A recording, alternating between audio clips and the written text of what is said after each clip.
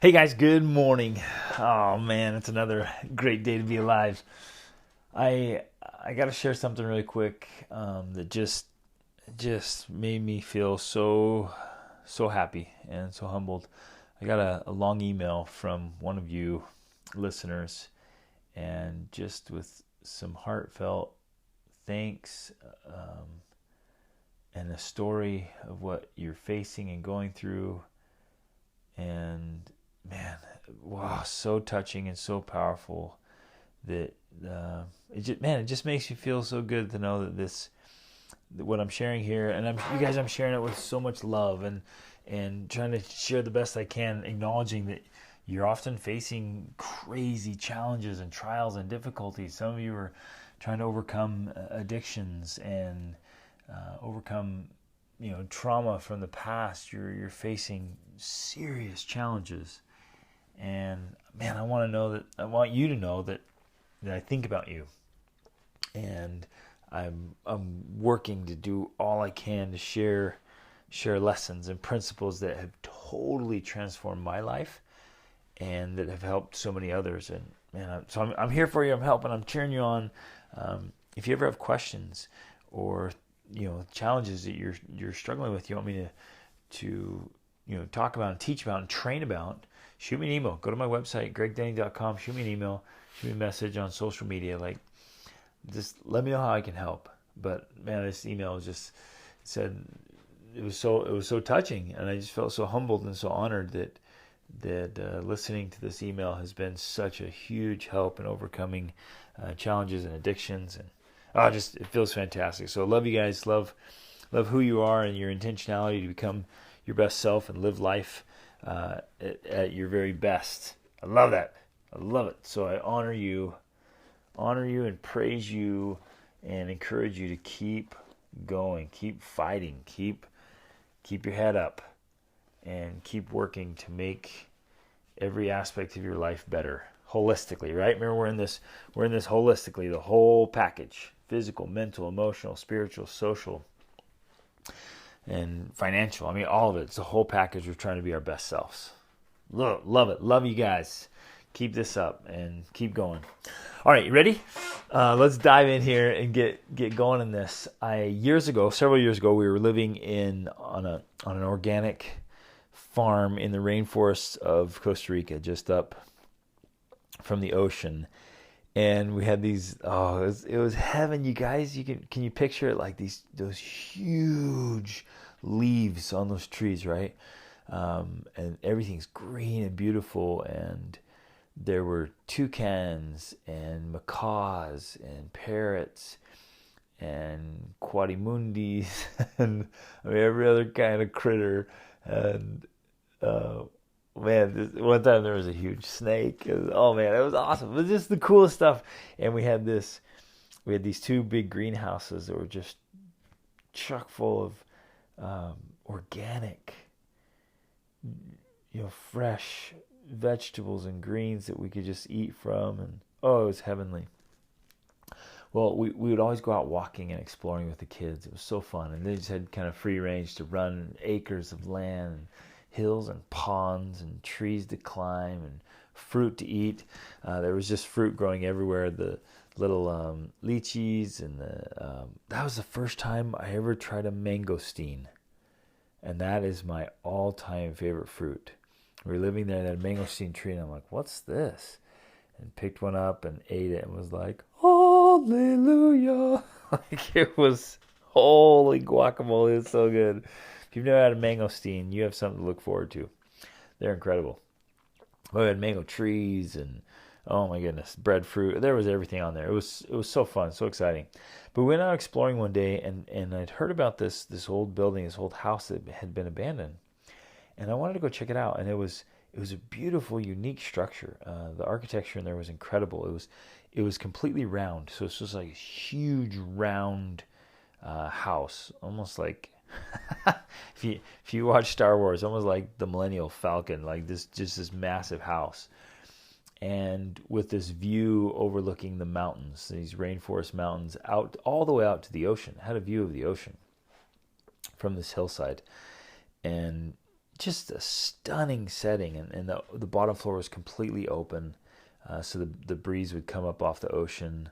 It was incredible, but I knew it had been abandoned and it was kind of rotten and dilapidated. Am I saying that right? And so I went over there, but I wanted to explore, and I told my kids not to go over there, and because I realized like the floorboards were kind of missing, and there was holes and pockets, but I wanted to check it out. And so I went in there cautiously, and I was kind of stepping, around the boards, and I wanted to go upstairs. And so there was one main post, almost like the mast of a ship. It was huge, this huge tree post that was in the middle of the structure, basically the framework for the entire rest of the house. Everything was hinging on this thing, right? It was all supported by it. And I went up there, and I kind of lost my balance, kind of stepping around floorboards that were missing. And I reached over to support my hand on that main mast, right? And my hand went through it. I kind of grabbed for it, and my thumb and fingers went in, just whoosh, just crushed. And I realized at that moment the severity of the termite problem that had destroyed this house. Now, I think I told you guys this story about that house before in another podcast. But it blew me away. And what happened, it was the neglect of the owners. They would come and go, but they never did anything about it. People had warned them, hey, beware of this. Oh yeah, we'll get to it. Oh, this, and people told me you gotta be careful with this. You gotta do some preventative measures, some maintenance. You gotta keep this up, or the termites will eat it. And they didn't pay attention to that. They didn't, heed the warning, because it's just a little termite, right? Just these teeny little bugs. What could they possibly do to this big, beautiful home? The entire house is made of wood. And of course, eventually, they literally ate the entire thing. And this gorgeous setting, this gorgeous, expensive home was eaten. One little bug bite at a time. And I wanted to tell you that story and let that sink in for all of us, because I don't know if you're like me, if you've ever kind of caught yourself thinking that the little things don't matter, that the little things don't make that much of a difference. Have you ever caught yourself thinking that? Kind of justifying, rationalizing, either one side or the other, that doing a small good habit won't really make that much of a positive difference, or that a negative little habit won't have that much of a negative effect. You ever done that before? I know I have. I know I've caught myself, well, come on. And I just let it slide, right? What's the big deal? And what's interesting is that's even gotten ingrained in us socially, where we literally go around telling people like, oh, it's not a big deal. Oh, don't be such a fanatic, right? We actually label people who they're disciplined and they're paying attention to the details, and they're actually trying to do all the little things. Oh, don't be so fanatical. Lighten up a little bit. Enjoy. Life's meant to be enjoyed, not endured. And we literally are going around socially telling ourselves and telling others, trying to convince them that paying attention to the small details, the little things, is foolish or fanatical, or it's not really living. Now, I'm not talking about being OCD, which is a real thing. There is a real disorder of losing your mental and emotional health and your life health by becoming over focused. We're not talking about that, but we're also, we're going to try to find this middle ground of not becoming obsessive about it. Although a little bit obsessive, I'm going to say. I'm going to encourage a little bit of obsessiveness here. Because for the most part, for most of us, it's just being too casual. It's being too casual. And you guys, when we're casual, it leads to casualty. Just like with the house, right? They were casual with these little bugs. But those little bugs add up, one bug bite at a time. and chewed through that beautiful house. And it makes a gigantic difference in our lives. So again, on both sides of the spectrum, right? The little negative things that chew us up and eventually eat apart the entire foundation, and the little things that we think are so insignificant that we discount them because we think, how could that possibly make a difference in my life? Like, I need change now. I need things to be different now. I have big goals and big dreams, and I need big things. And how are these little habits going to make a difference? And that, my friends, is where we get into trouble. Let me read this awesome quote from one of my favorite authors and thinkers, James Allen. And it's in a book called The Byways of Blessedness. If you've not read that book, get a hold of it and read it.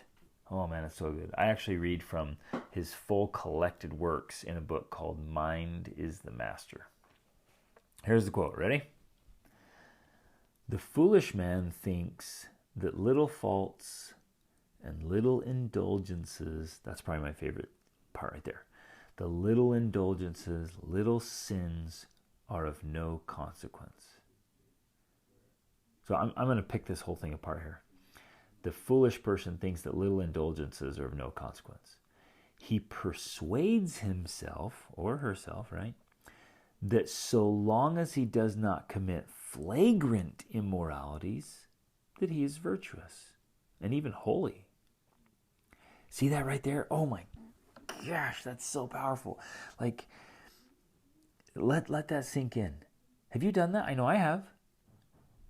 You persuade yourself that as long as you're not doing the big bad stuff, like so and so or such and such, as long as you're not doing the big things, then you're virtuous, even holy.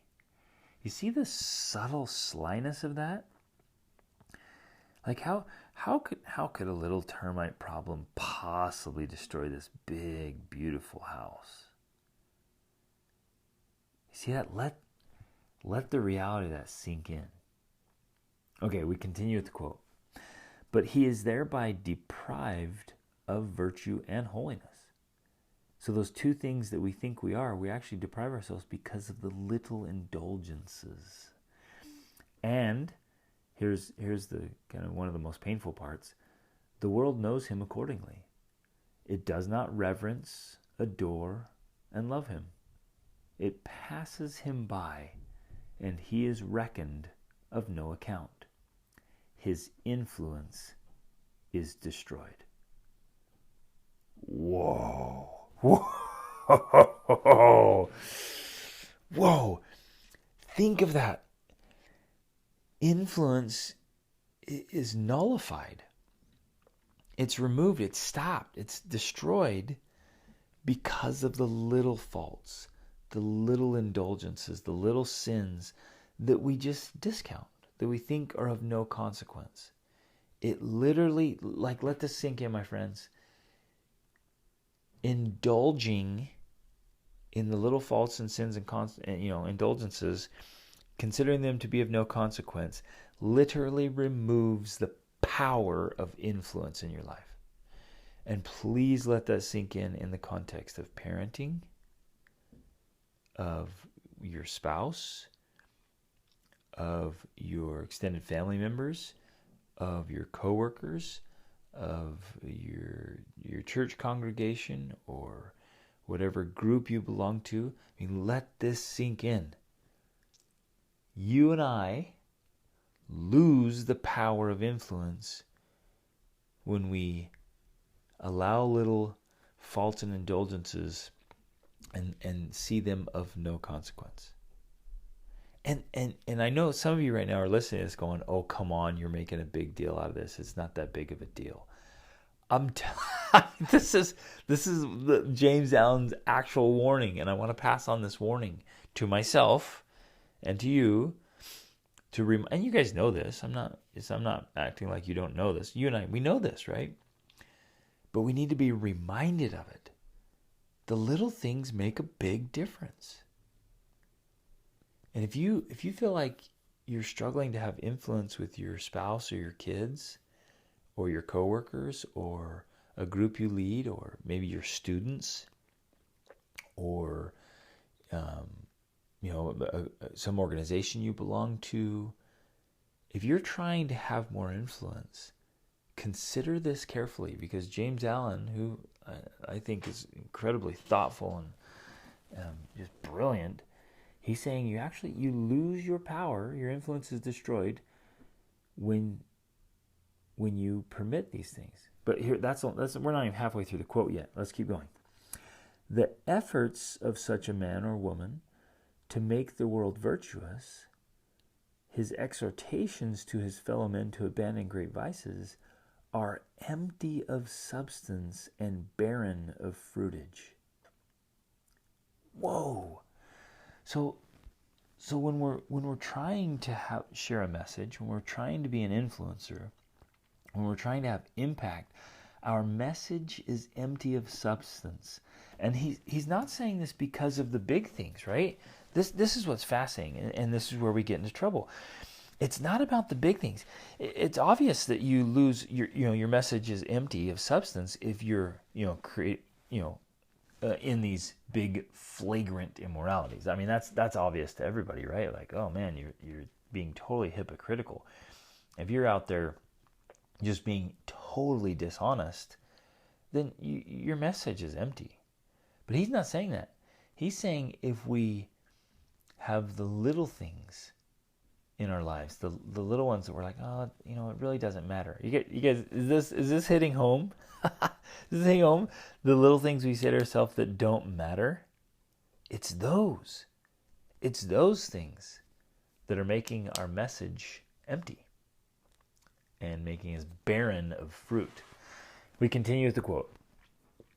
The insignificance which he attaches to his small vices permeates his whole character and is the measure of his manhood or womanhood. He is regarded as an insignificant man. That right there, that line is probably, that's it. Right? And it's right in the middle of this paragraph. Like, that just hits home. I'm going to read it again. And let this hit home here for you and for me. The insignificance which he attaches to his small vices permeates his whole character and is the measure of his manhood. What? And so I want to ask, and the reason I'm sharing this, I just got so excited rereading it again this morning. And I want to invite you to consider with me. I'm doing this as well. I want you to consider with me, what are the small vices that we are deeming as insignificant that are permeating our entire character in the measure of our manhood or womanhood? It's the little, and I'm hesitant to even mention them because I want you to think through, like, what are the little things you're tolerating?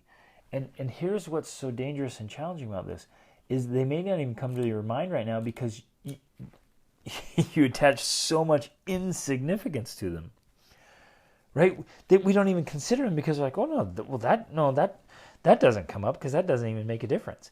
But it does. That's what he's saying. That's literally what he's telling us and warning us. It does matter.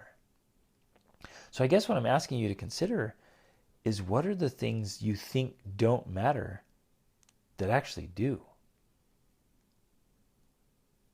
What are the things in your life that you think don't matter but actually do? And what's interesting is you and I, we actually can see them in others a lot easier than we can see them in ourselves. You ever done that? We're sitting out somewhere. I love to watch people because I learn so much, both good and bad. I learn so much from watching people. And you can see their interactions with each other and with their kids, and you can spot it and go, whoa, that's not working, right? And we can take away lessons from it, and instead of sitting there and judging, just say, okay, well, that doesn't seem to work. I'm not going to do that myself. And so we can learn lots of lessons. But we often miss it in ourselves. So what are the small vices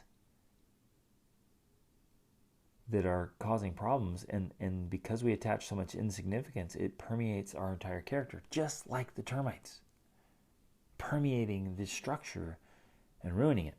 Let's continue with the quote. The levity with which he commits his errors and publishes his weakness comes back to him in the form of neglect and loss of influence and respect. So it's the law of karma here, but operating interestingly and uniquely in the levity. Like we don't take it serious. So that levity with which we commit our errors and publish our weakness, like, oh, whatever. And we even talk about it. Oh, nah, I don't do that. We kind of take on this little identity of like, yeah, I'm not the goody goody, and I'm kind of cool like that. And we almost flaunt this little favorite sin or weakness or indulgence, right? Oh man, is this hitting home for you guys? But it comes back in the form of neglect and loss of influence and respect. He is not sought after. For who will seek to be taught of folly? His work does not prosper. For who will lean upon a reed? His words fall upon deaf ears, for they are void of practice, wisdom, and experience. And who will go after an echo? What? Wow, right?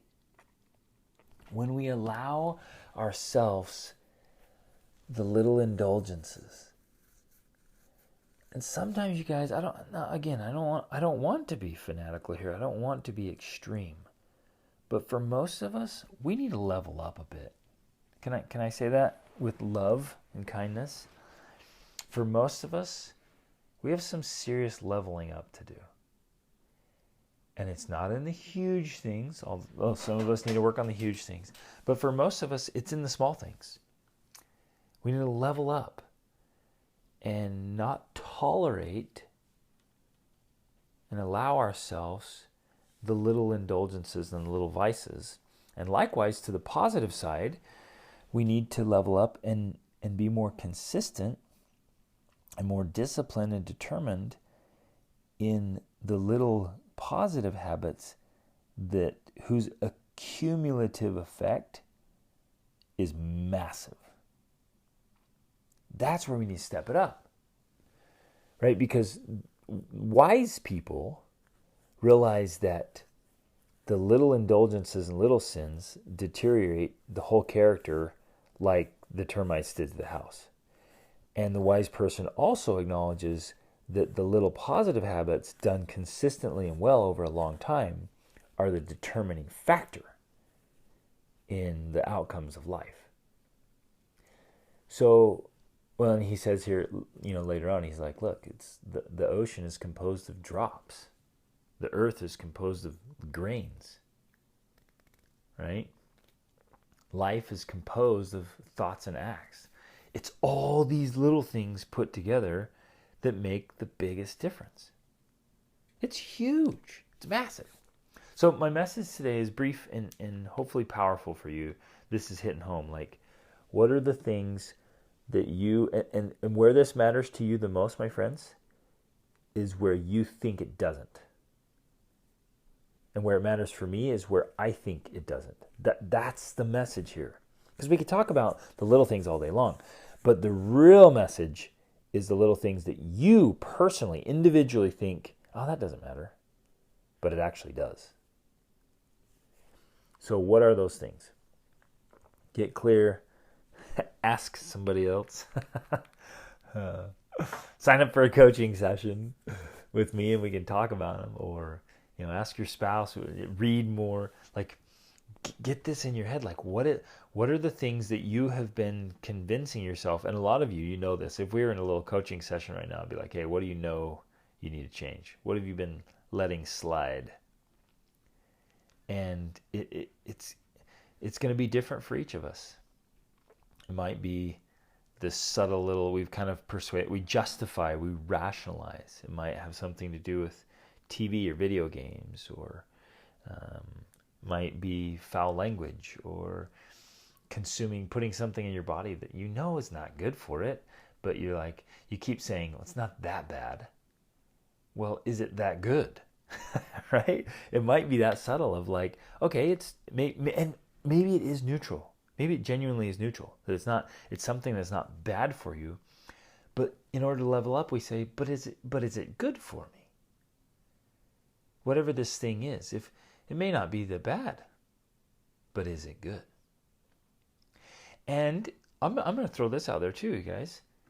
It may be something that's good that's getting in the way of something better or even best. Is it the best thing? Now, again, we're not going to be constantly stressing, is this the best thing? Is this the best thing? Because then we're fretting and we can fret ourselves to death. We're not going there, but we are going to be more diligent, more disciplined, more determined, because what we do matters. What you do each day matters. This is your life, and it's your kids' life, and it's you're establishing things for your grandkids, actually. So it matters. Today is your life. Don't ever discount that. Today is your life. So often we think, life, and we think it's some elusive other big event or whatever. It's today. Today's your life. Today counts. And what you do today counts. What you do in the morning counts. What you do in the midday counts. What you do in the evening counts. The way you sleep at night counts. The little things count. So take an exam. Pause.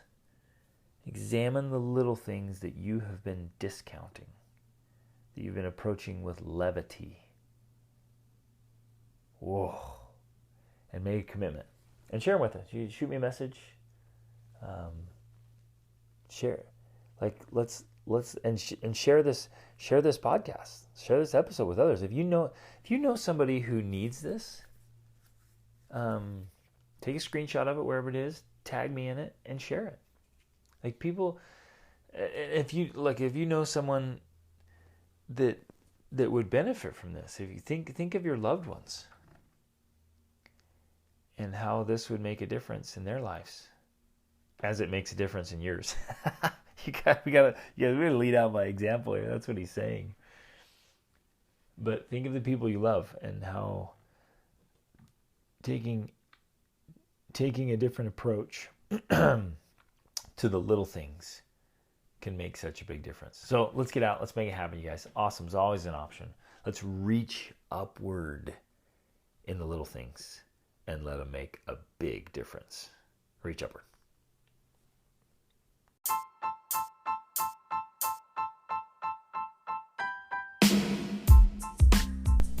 Hey everybody, thanks so much for listening to this episode. I hope you got a lot of value out of it and found some things that you can apply to your life right away. Hey, I'm being totally sincere when I say I live to help you live your extraordinary life. So I hope you'll reach out to me if you have any questions, or let me know how I can help you in any important area of your life. And in fact, this podcast is brought to you by the School of Awesome Sauce monthly coaching program. Take advantage of that. Get in there. It's the best way to get a breakthrough to the next level so you can level up your health, your spirituality, your emotions, your mind, your relationships, your finances, business, every part of your life. Just get in there where you have a coach and a mentor. You have a supportive community to make things happen. So jump in there, take advantage of this, try it out, get in there with us, and level up your life. See you on the inside. Reach upward.